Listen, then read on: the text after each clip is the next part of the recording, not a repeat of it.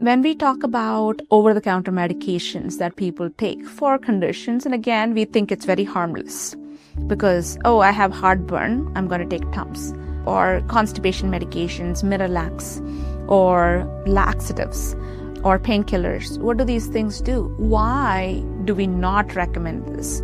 So I wrote a book. It's called What's the Natural Treatment for That? And this book was specifically written for that reason, because I actually saw every day in my practice that people always come to me with chronic diseases because what they are doing is they are doing what we call as a stacking effect. So you have a fever. Fever is good. Fever is actually your friend, but most people don't know that. So what do? They take Tylenol. So the moment they take Tylenol, what does it do? It actually stops the body's immune system from being able to kill the virus or the bacteria that it was trying to get rid of in the first place. Or on the other hand, it's trying to produce antibodies when the fever is up. And the body, we don't allow it to do its job. So what does Tylenol do? It stops the fever, but it also stops the glutathione production by the liver, which in turn contributes to our body not being able to eliminate the antibody-antigen complex that's supposed to form later and be removed.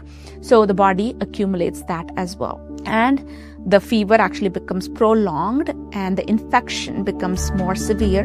What starts as viral more often becomes bacterial, and then they take an antibiotic. So did we really help the body by taking Tylenol, or did we actually prolong the illness and make it worse on ourselves? And then when they take an antibiotic, what happens? Now they've actually ruined the bacterial flora in their gut. So now they are actually going to be more prone to the same kind of infection again because their bodies never really formed the antibodies to fight the infection off. So now our immune system is actually poorer to begin with, and then it actually became worse after the antibiotics, which is not what we were really wanting to do. We wanted to feel better. And then what does this do? It can actually affect dopamine, serotonin production in the gut. It can also affect our digestive system because we are not going to be able to digest properly if we don't have the right kind of flora in our gut. So which means that you may not actually be breaking down things properly. Things could be rotting in your gut. And because of that, you could actually have more problems. So this is what we call as a stacking effect.